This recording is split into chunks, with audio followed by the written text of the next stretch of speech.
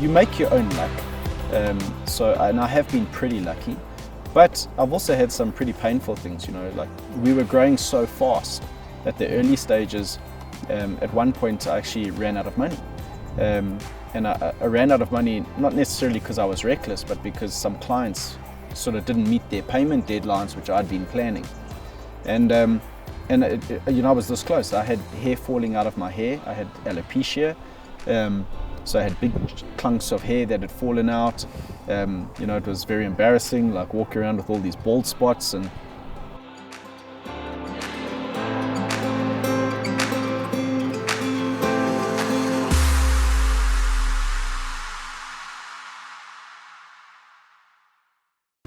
Hello and welcome to Expedition Business, where we explore the highs and lows of everyday entrepreneurs in their business adventures. My accomplice for today is Johan Penter, and our guest for today is Jason English, who is not your typical person when you think of a wisdom from a fireplace experience. But Jason English is no typical person and definitely no typical entrepreneur. He is part of the very prestigious Young Presidents Organization. He is Chief Ecosystems Officer of CG Tech, CEO of Al Laith Group in Dubai. He also holds directorships in companies like Virtulab as well as Prommac. But what impressed me the most about Jason is that he started his career as a paramedic in the police force. But before I give everything away, I think it's time to catch up with Jason English at the Merchant Hotel just outside Vanderbijl Park so that he can tell his story.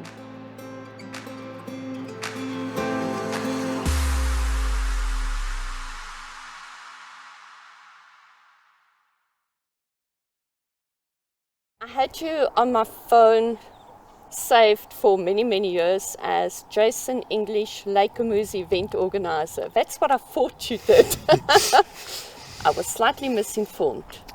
yeah, so it's kind of interesting. I mean, when I one of the things that I guess has always come naturally to me is trying to give back to society and people. And I think back in that day where you would know me from Lake events was Johan and I had looked at, I really wanted to bring an event to Secunda, which was a relatively quiet town at the time. And, we were very active in that community, and I just felt like it was lacking something mega. And so I had a friend of mine who was the world jet ski champion. I was very plugged into that circuit. And I thought, well, why don't we bring the world championships to Secunda? We've got the contacts, could know a lot of people, we could probably raise some money, and I'm sure we'll be able to pull it off. And yeah, I went to Johan and said to Johan, hey, let's start an events company and let's bring this world jet skiing champion here. And it was a non-profit. I mean, so it was just really to do something for the community. And so then I think you got involved with some publicity at that stage, and that's how we first met. So yeah, a very, very long time ago. But before that, as per your LinkedIn profile, you started off as a paramedic in the police? Yeah, so actually I started off as a paramedic first, and then sort of moved into the police. But yeah, I mean, I'd actually wanted to be a doctor when I grew up. Unfortunately, I did what most kids do and didn't pay too much attention in school, and so I didn't get that grade, and I failed med school, so I didn't get in. And so the second best thing I could do was to become a paramedic, and in that journey of being a paramedic, I worked very closely with a lot of the police. And so there was an opportunity that came up where they started a collision unit, where we would be first responders to accident scenes. And so of course that was I always played cops and robbers as a kid, and I thought, well, now I can play cops and robbers and be a paramedic at the same time. So basically moved into that collision unit and became a first responder. So by default was a paramedic in the accident unit of the police. And then the police sort of transitioned, then I got very excited into the dogs, and so became part of the canine unit, and Then I went into the anti-hijacking unit, where it was, every level you get a little bit braver, and you kind of want to push the boundaries of the things that you do. And so I then ended up in the anti-hijacking unit, and I think in 1999 when I got shot was the moment that everyone sort of said to me, right, enough cops and robbers, and now time to actually have a bit of a serious job. So. And I'm sure you, looking back, you don't mind making the transition. Yeah, I mean, obviously, listen, there's a whole bunch of lessons that I learned from being in the police, actually.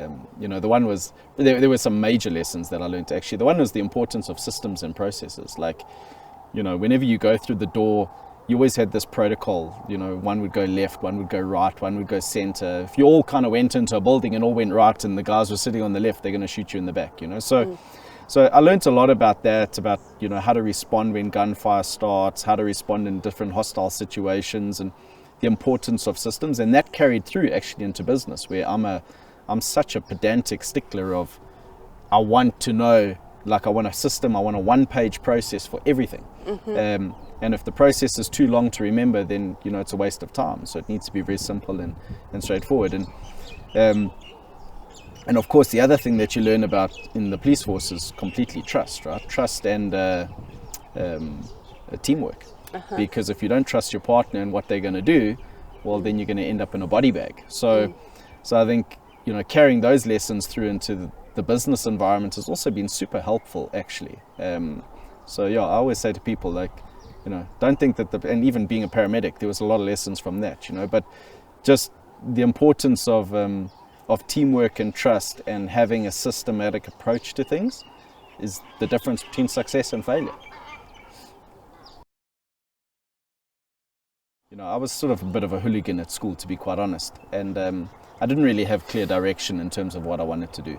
And actually at the school for post-matric, they only offered 3 subjects, and it was mechanical, electrical and electronic engineering. And so I never wanted to stick my fingers in plugs because I knew it would shock me. I had no interest in electronics, and so by default I went into mechanical engineering. And that sort of spearheaded my career, where after post-matric I continued studying mechanical engineering while I was working in the police. So I actually used to study during the day, work in the police at night. So it was kind of a 24-hour job, I guess. Kind of that Batman life. Yeah. Bruce Wayne at day and Batman at night. Yeah, exactly. So sort of two hats and for different scenarios. Wow. And today you've got 2 MBAs. No, so I did the first MBA with Leicester University in the UK. It didn't go down as well as I would have liked it to have gone down. And then I think about halfway through, I was trying to do that a bit remotely, which was really a challenge. And then I defaulted. I decided actually I need to do a permanent, I need to be an in-person MBA. I wasn't disciplined enough just to do things virtually. And so I went full-time to study my master's. And that was also a really interesting time, right? I used to travel, so I'd finish work 6 p.m. I'd get in my car, actually at 5 p.m. I'd get in my car in Secunda, I'd drive to Johannesburg for an hour and a little bit. Wow. Go study from 6 to 10 p.m. in person every night, 4 days a week. 4 days a week, every week. And that was for 2 years. And there was a lot of actually lessons that came from that too, because when I used to drive back, a very good friend of ours, or a friend of mine, Jose Maciel, who many people will know from that area, he was busy building his new Sky Hill facility. And so every night at 11 p.m. when I was driving back home, I would see him outside his workshop. And so I'd sort of pull in there and we'd just have general chats. And I was always like, why are you doing this? Why are you doing this? Why are you building such a big thing? And I guess I learned a lot of lessons actually from Jose back in those days. So it was really interesting to see how, all these different pieces of your life come together, but they actually shape who you become. So Yeah, absolutely. And I think you almost went to work for Jose at some point. Yeah, it was close. I didn't end up there, and I guess in hindsight it was good that we didn't. So sorry, Jose, if you do ever watch this. But yeah, I didn't end up going there, and I ended up going on my own, which ultimately was probably the best decision that I ever made. But yeah, I have a lot of respect for our competitors, and Jose being one of them, and I think he's an amazing man, an amazing leader, and there was a lot of lessons that I learned. So you tried the MBA twice, and do you feel it added value to your life, or like many people that all today would say, in many circumstances, the MBA is slightly outdated and a bit more a relic of the past? No, so I mean, for me personally, like my experience with an MBA was unbelievable. I think that, you know, when you get into a room and you have a number of different personalities that are talking about different topics that you may have your own bias towards. So for example, you know, employee incentives, you know, I had my own beliefs about employee incentives. And I remember it was the guys from Roman's Pizza were also doing the MBA with me. And I remember them saying how they had tried the incentive plan that I had adopted and it failed completely. And I remember sitting there going, wow, I never thought about it from that angle, right? I always just thought about it from my perspective and the type of business that I have, but I can see how that wouldn't work in their type of business. So I think what we ended up, you know, and those lessons just happened over and over and over and over again. So for me, the value of the MBA is really, it's fast tracking getting multiple people's experience and being able to share that experience with each other about different topics, whether it's, you know, the way you manage people, whether it's operational, whether it's marketing, whether it's, you know, business development or sales, or it doesn't really matter what it is. Everybody's got their own perspectives and each company's got its own perspective. And yeah, sharing those in a room is powerful. So don't fall into the camp of Elon Musk saying there are too many MBAs ruining great companies and not enough engineers. Well, luckily I'm an engineer with an MBA, so maybe he's true. I mean, maybe his point is true. But that was another lesson that I learned, right? Like when you follow your passion and you do things for the reasons that really are important to you, you can yield good results. But if you're just doing things for the sake of doing things or because somebody else has told you to do something, actually, you don't really get the success that you're expecting. And I've also heard that people say that when you're an entrepreneur, you should just follow your passion and you don't need a degree to do that. What's your opinion? Yeah, I mean, look, you know, everything with a little, you got to bring perspective to statements like that. I mean, the reality is, you know, if my passion is, you know, I don't know, if my passion is collecting wood from the trees around a river, you know, the reality is what kind of business is there for that, right? So you've got to take these things with a pinch of salt. I think where people go wrong is they say, what is the trend that's happening? And I know nothing about that trend, or I have no passion for that trend, but I'm going to go and I'm going to pursue it because it's the hot thing. And, you know, metaverse, for example, is one. Now, I hear people talking about the metaverse all the time. I'm passionate about the metaverse, but there's a lot that aren't, and I want to be involved in the metaverse. And when you talk to them, they have absolutely no idea. But at the same time, if you're going to go into a business where you don't have that passion, it's very hard for you to sell a story. Like, I truly believe that the way that you make money as an entrepreneur is you can tell a story about your product, your service, or whatever. And it's that storytelling which is so powerful. So if you're passionate about a topic, you can talk about it for hours. If you're not, you're just, what did I read last week, or what did I prep in this meeting? And then you forget half of it, right? It's like public speaking. If you go up and stand and try and public speak with a whole bunch of notes, you forget half your stuff. But if it's really true to what you believe in, you can talk about a topic for days. You mentioned previously you are a member of YPO, like the Young Presidents Organization. When did that start? Yeah, so it's kind of interesting because it starts before I joined YPO. So you'll remember, I think you might have even covered the story, but I was involved in the sleep out for good on the streets of Johannesburg, which is essentially the coldest night of the year. Everyone got together on one of Johannesburg's bridges and we slept on the street in an effort to raise funds for the homeless. And it was an initiative of Nelson Mandela. And, you know, sort of we all climbed in and supported that. And it was at that event I actually met 3 incredible characters. And they sort of said to me, hey, Jason, you know, have you heard of YPO? And I was like, no, I never heard of YPO. They were like, you need to join. So I was like, okay, sounds interesting again, you know, coming back to conversation we had offline is, you know, do we take these opportunities or do we just shut them all down? And I'm opportunistic, so I was like, okay, I don't know what it is, but I'll try it. And so I registered and subscribed, and I got accepted and joined YPO. And I mean, that ultimately became... Sorry, can I just quickly interrupt there? Got accepted is not as easy as that. It's quite a long process. Yeah, I mean, look, there's criteria. So, you have to be... back then it was slightly different. I think the criteria today is like $15 million of revenue as a business, 50 employees. And other than that, if you tick those boxes, you're pretty much there. But once I was in, it opened up my eyes to a whole new level of experience. I mean, the mantra line of YPO is lifelong learning. And so for me, going back to the MBA day, this was all about me becoming better through just learning about things in general. And so when I joined YPO, I started learning so much more than I ever could have imagined, because instead of being surrounded by a bunch of friends that you go to the pub with and drink and, have a party with, I was being surrounded by executives of, Coca-Cola, ATC Towers, big packaging businesses, Pick and Pay, and that was on a local level, Vodacom. When you start going internationally, all of a sudden you're in the mix with, Google, Tesla, Facebook, Salesforce, Ripple, XRP, like all these, all the latest and everything that's going on, they're all YPO members. So it was really important for me when I started to be sitting around this level of person, that I was learning so many new stories and learning so much about, technology, and sort of that drove my technology path, just because I could see how it could add a lot of value to life. So.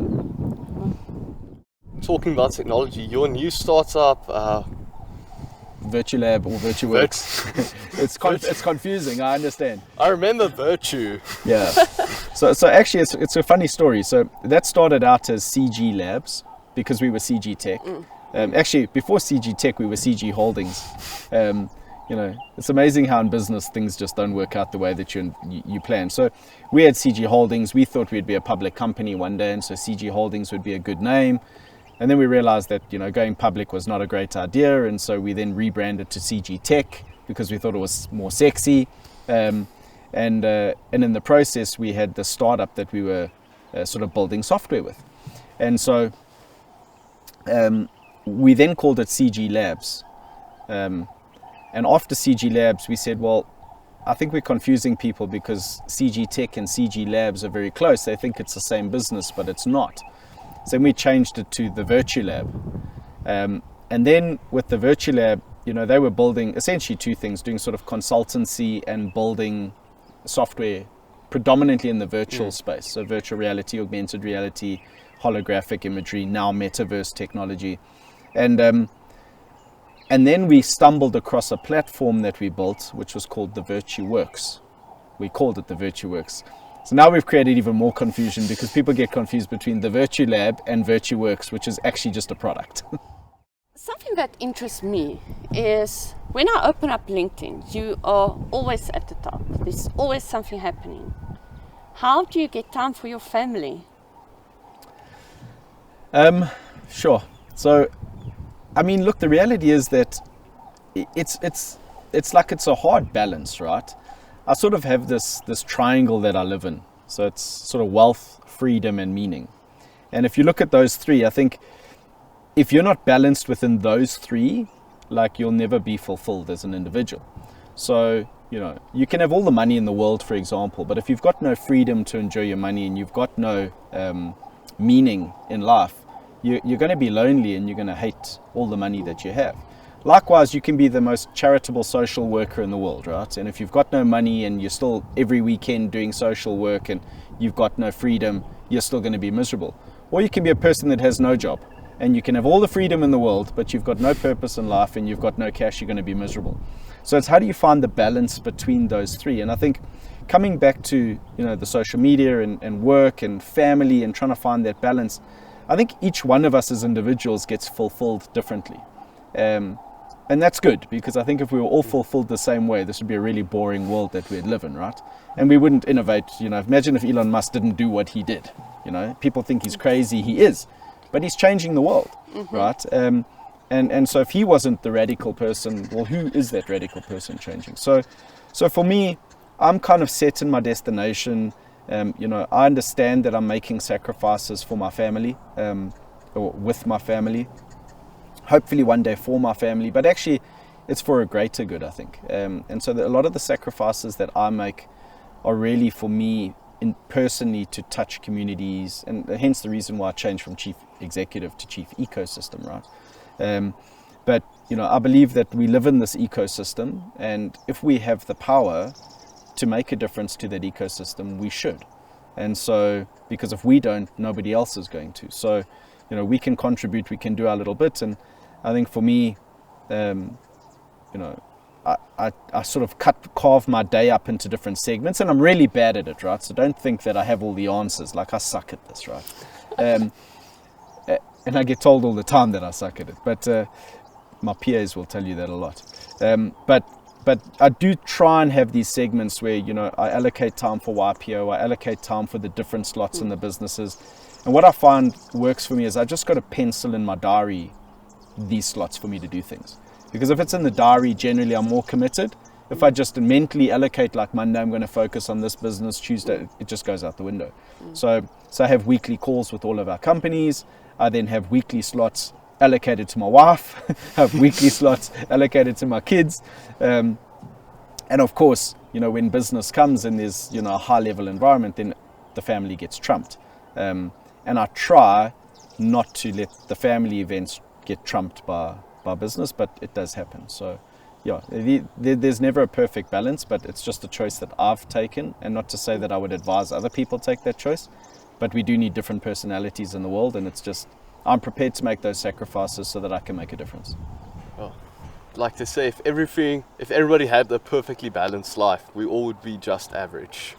Exactly. And listen, we like, why be average when you were born to stand out, right? So stand out. Okay. So speaking of your family and your kids, if they want to go into an entrepreneurial field one day, what advice would you give them? Sure.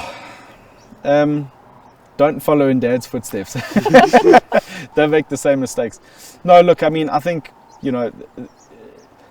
again, we have to bring perspective on these. I think there's different generations that get created in families. I think the reality is that, I wasn't born into money. My father started in the army, my mother was a secretary, and they worked themselves up, and they were pretty, what I could call it, life corporateers. My dad ultimately ended up in Toyota for many, many years. My mom ended up at a caravan place for like 40 years. And so they were very, what we call lifers in the job. But that was a stable enough footing for me to grow up with a reasonable education and being able to, get good education and just have a good start in life. Yes. So my kids, of course, are going to have it much different. They've got everything on their plate. There's an old saying: the first generation learns how to manage money. The second generation learns how to create money, and the third generation learns how to destroy the money. And so for me personally, I think a lot of the values that I instill in my kids now is not even about entrepreneurship.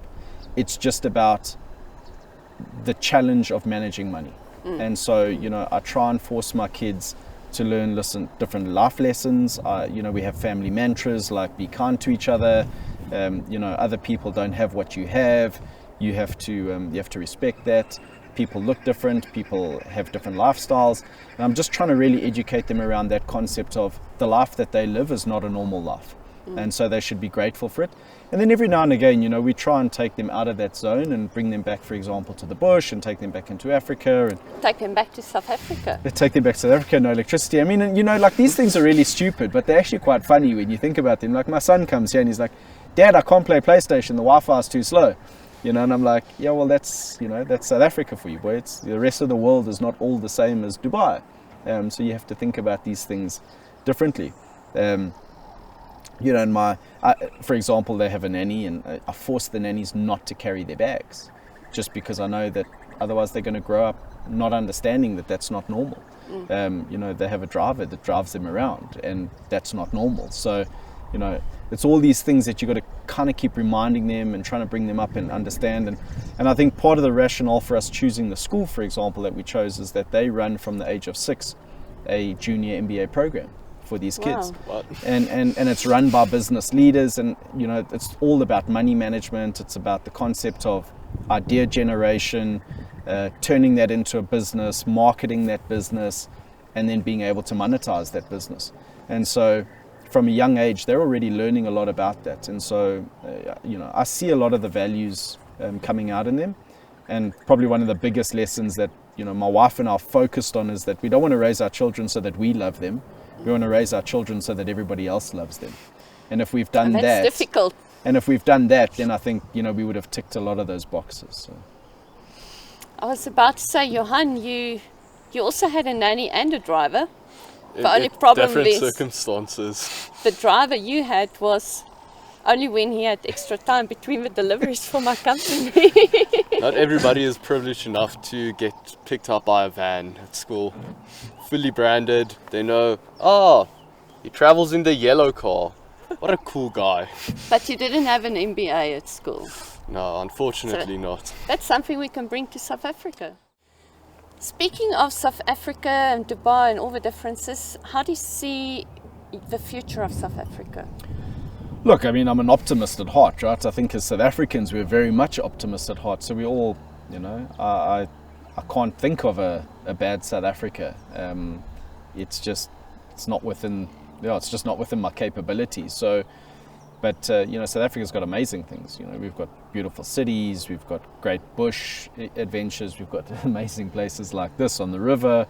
You know, it's hard to find all of those in any other country around the world. So, you know, we've only got a few things that we need to get right. And you know, I think at the moment, you know, I ask this question a lot. Like when you run a business, you have a vision. Without a vision, your business is not aligned, the employees are not aligned, the shareholders are not aligned, and ultimately the business doesn't succeed. So what is the vision of your business? And then the bigger question is, what is the vision for South Africa from the presidency's office? Mm-hmm. And I guarantee you, if I had to ask any one of the ministers, what is the vision for South Africa, I don't think they'd be able to tell me. And if I had to ask any member of society, what's the vision for South Africa, I don't think anyone would be able to tell me. We'd say what we think it is. Mm-hmm. But I think it all starts with, if we can just, you know, Nelson Mandela, when he came out, he had a vision. He wanted to break down black and white and bring us together. And that was clear. And I think, you know, what the actions he represented at the stadium when he came out in, you know, Francois Pienaar's rugby jersey, the things that he drove, having the white bodyguards, and, you know, making sure that he was representing what he wanted the future to be. It got everyone behind him. I think that message has changed drastically over the years. And yeah, I mean, we hope that somebody's going to come along, a leader's going to come along with a clear vision. And you just look at, you know, I don't want to talk politics, but you look at what's happening with Ukraine and Russia. You know, nobody even knew about Ukraine.